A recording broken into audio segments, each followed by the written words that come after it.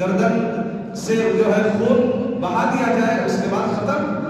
قربانی کا مقصد یہ ہے کہ لوگوں اگر دین حق کی سربلندی کے لیے اور دین کی پاسبانی کے لیے اور دین کی حفاظت کے لیے اگر ہماری گردنوں کی ضرورت پڑتی ہے، ہماری طاقت کی ضرورت پڑتی ہے، ہماری جان کی ضرورت پڑتی ہے، تو قربانی کا مقصد یہ بتلاتا ہے کہ جس طریقے سے پاک پروردگار تیری بارگاہ میں آج ہم تیرے حکم کے مطابق جانور ذبح کر رہے ہیں، اگر تیرے دین کی حفاظت کے خاطر اور تیرے دین کی سربلندی کے لیے اگر ہماری جانوں کو، مالوں کو، اولاد کو اگر قربان کرنے کا اگر حکم ہوتا ہے، ضرورت پڑتی ہے، تو ہم اپنے ہر چیز تیری بارگاہ میں قربان کرنے کے لیے تیار ہیں. یہ جذبہ اصل پیدا ہونا ہے انسان کے اندر، ورنہ اگر یہ جذبات سے خالی ہو کر صرف جانور کی گردن پہ چھری پھیر دیے، گوشت تقسیم کر دیے، تو قربانی کا حقیقی مقصد ہم نے نہیں پایا، اللہ کی رضا ہم نے حاصل نہیں کی ہے. قربانی کا مقصد کیا ہے؟ قربانی کا مقصد یہ ہے کہ اللہ سبحانہ تعالیٰ سے عشق ہو، وارفتگی ہو، جانثاری ہو، فداکاری ہو، اور اللہ سبحانہ تعالیٰ کے مرضی میں اپنے مرضی اور خواہشات کو فنا کر دینے کے جذبات کا پیدا ہونا، یہی قربانی کی اصل روح ہے.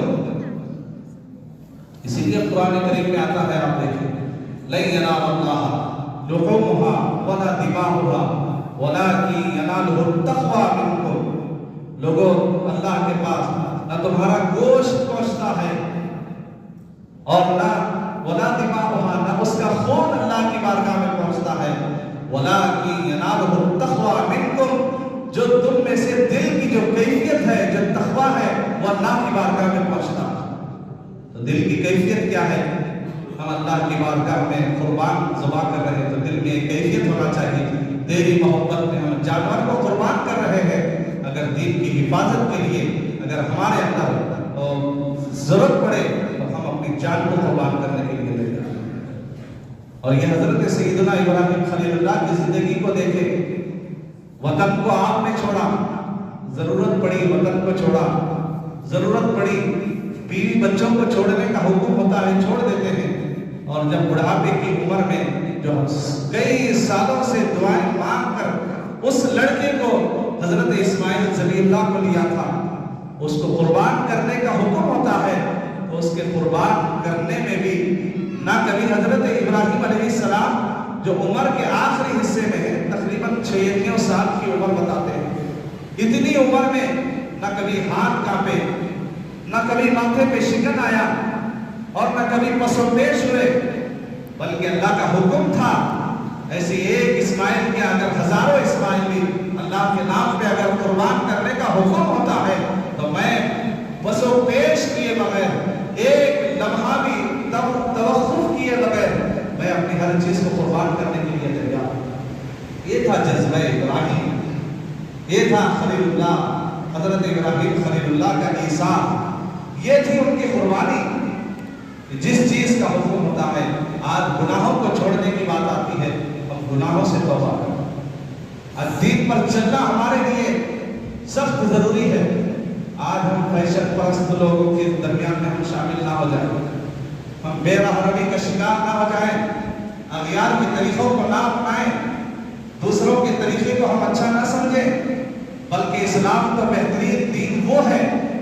قرآن کریم میں کہا گیا، وَمَن يَبْتَغِ غَيْرَ الْإِسْلَامِ دِينًا فَلَن يُقْبَلَ مِنْهُ، جو اسلام کے علاوہ کسی اور چیز کا کوئی اور طریقے کو اپنانے کی کوشش کرتا ہے، ہرگز اس سے قبول نہیں کیا جائے گا. ضرورت ہے دین پر ثابت قدمی رکھنے.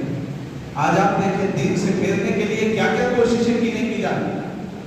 ہمارے ذہنوں کو متزلزل کرنے کے لیے، شکوک و شبہات پیدا کرنے کے لیے کس انداز سے سوشل میڈیا کے ذریعے سے ہمارے نوجوان طبقے میں ماڈرن تعلیم حاصل کرنے والوں کے دل و دماغ کو اسلام سے نفرت کرنے کے لیے جو اسباب مہیا کیے جا رہے ہیں، آپ خود مجھ سے زیادہ بہتر جانتے ہیں.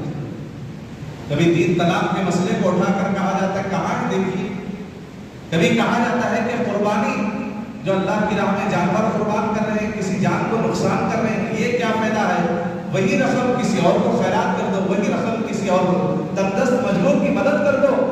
اس انداز سے ہمارے نظریات سے، ہمارے فکروں سے کھلواڑ کیا جا رہا.